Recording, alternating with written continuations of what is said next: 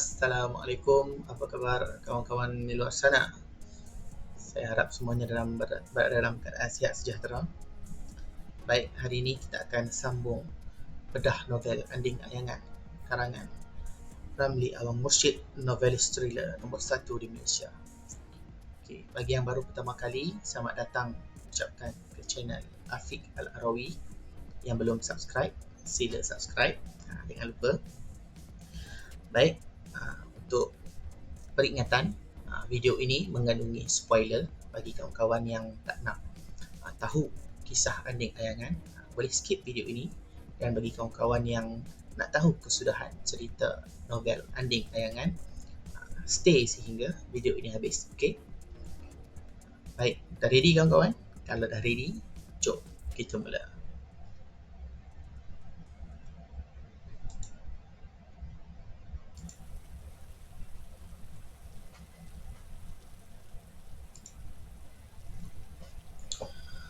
Prolog 2, Kampung Laut, Papar, Sabah. Akhir abad ke-20, sekitar jam 3 petang, Kampung Laut, Papar dilanda hujan ribut. Disertai petir berdentam-dentum, terasa gegarannya membelah tanah.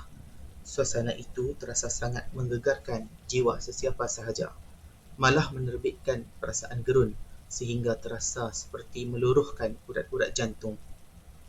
Perkampungan ini sepi sekali, seumpama dilanggar bahana paling besar, sungguh pun tidak meragut nyawa. Pada masa inilah Haji Mak Nur dan Awang Aman memudiki sebuah perahu menggunakan enjin sangkut. Haji Mak Nur mengawali haluan enjin sangkut perahu itu, sementara Awang Aman duduk menunduk di hadapan perahu. Kedua-duanya terpaksa mengharungi hujan ribut dengan bertabah hati, berzikir tanpa henti ketika perahu mereka menyusuri sebatang sungai yang bersambung dengan lautan. Kedua-duanya baru pulang dari pasar di pekan setelah memajakkan tangkapan ikan mereka kepada beberapa orang peraih, menyimpan beberapa ekor ikan untuk dibawa pulang ke rumah masing-masing. Tidak jauh dari tebing daratan, Haji Mak Nur menghentikan kawalan pulasan enjin sangkut. Unjuran perahu menjadi perlahan. Awang Aman menoleh ke belakang, pelik menyaksikan tindakan Haji Mak Nur ketika ini. "Ribut petir ni, kenapa berhenti?" jerit Awang Aman. "Ada orang hanyut," tokek Haji Mak Nur. "Apa?" Awang Aman berasa gegendang telinganya tuli. "Tu, ada orang hanyut." Haji Mak Nur memulas sedikit pemegang enjin sangkut. Perahu pun bergerak ke arah orang hanyut yang dilihat Haji Mak Nur terapung-apung dalam keadaan terlentang. Seorang lelaki yang belum dapat dikenal pasti dalam keadaan terapung-apung. Wajahnya terhala ke arah langit, dilumuri hujan lebat sehingga membintikkan warna merah seperti dihinggapi penyakit kulit. "Mana?" tanya Awang Aman menoleh ke hadapan.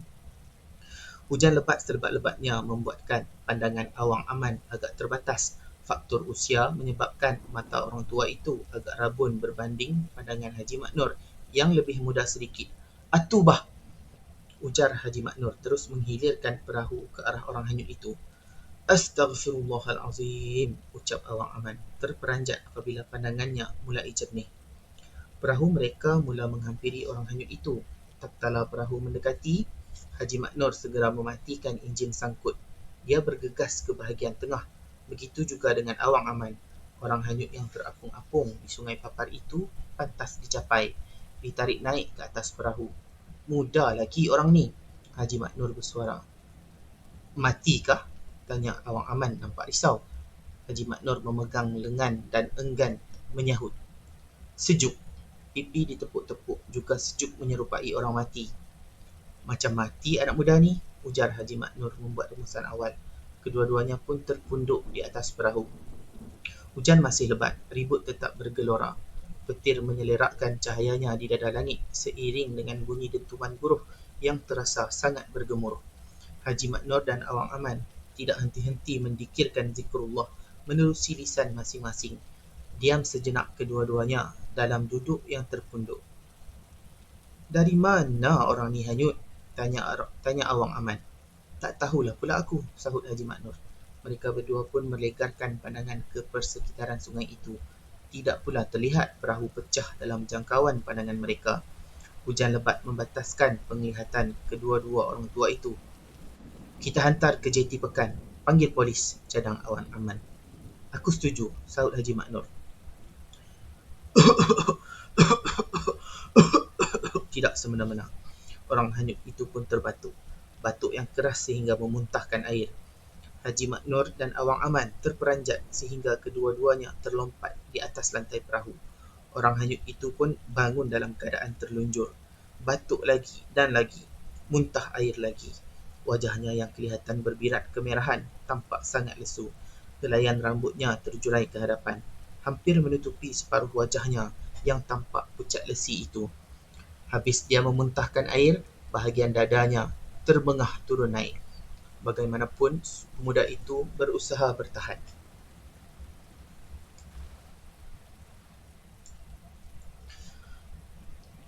"Di mana aku?" Suaranya kelihatan kedengaran sarut. "Kau ni siapa?" jerit Awang Aman. "Mana perahu kau yang pecah tu?" soal Haji Mak Nur pula. Menderau bunyi pernafasan pemuda itu. Dia yang baru dikenali sebagai orang hanyut itu hanya melihat suasana persekitaran. Riak pada wajah tampak sungguh keliru sekali.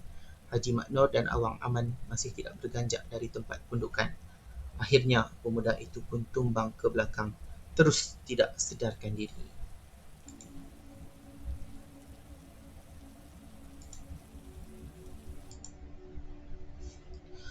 Hospital Papar. Selang seminggu, orang hanyut yang merupakan seorang pemuda dalam usia awal 30-an itu sudah pulih sepenuhnya.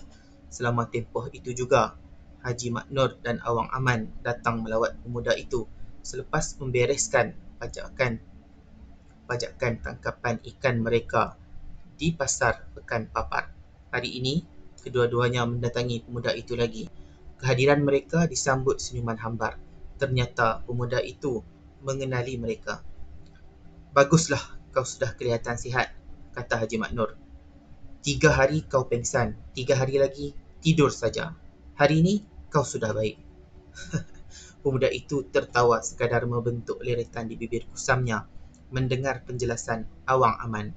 Masih terdapat sesuatu yang besar sedang mengacau benaknya di ketika ini. Haji Mak Nur dan Awang Aman tidak sukar untuk meneka berdasarkan riak pada raut wajah pemuda itu. Terlihat keliru yang teramat sangat. "Siapa namamu?" tanya Haji Mak Nur. "Nian Atu Berpadah." Selanga Brunei sangat tebal menerusi percakapannya. Nian merujuk pada panggilan seorang ayah. Atu pula adalah itu. Manakala Berpadah pula merupakan satu penjelasan atau pemberitahuan. "Orang Melagau mu, Nian?" Pantas Awang Aman membuat rumusan. Pemuda itu tampak terperanjat tetapi tidak punya hujah untuk menegah. "Pelik, namamu Nian. Kau muda lagi dipanggil Nian." Awang Aman juga tergelak besar. Pemuda itu enggan meningkah apabila namanya dipanggil sedemikian rupa.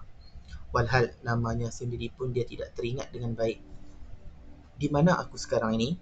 Kemudian Nian pun bertanya. "Hospital," pantas Awang Aman memberitahu. "Papar, daerah Papar," jelas Haji Mak Nur sejurus itu. "Hospital? Papar?" Nian kelihatan terganggu corak pemikirannya. Haji Mak Nur menoleh pada Awang Aman. Gelak besar pun terhenti serta-merta. Okey kawan-kawan, itu sahaja untuk hari ini bacaan prolog yang kedua daripada novel Anding Ayangan, sambungan prolog 1 yang telah saya baca semalam. Okey, macam mana menurut kawan-kawan? Best ataupun tidak? Setakat ini novel Anding Ayangan, jalan ceritanya bagaimana? Komen di ruangan komen apa pendapat kawan-kawan. Okey. Baik, itu sahaja daripada saya. Nantikan video yang seterusnya. Okay, jangan lupa like video ini kalau rasa best. Subscribe kalau belum subscribe. Dan jangan lupa tekan butang loceng untuk dapat notifikasi kesudahan novel Anding Ayangan di lain masa. Okay, itu saja. Kita jumpa lagi di lain masa. Assalamualaikum warahmatullahi wabarakatuh.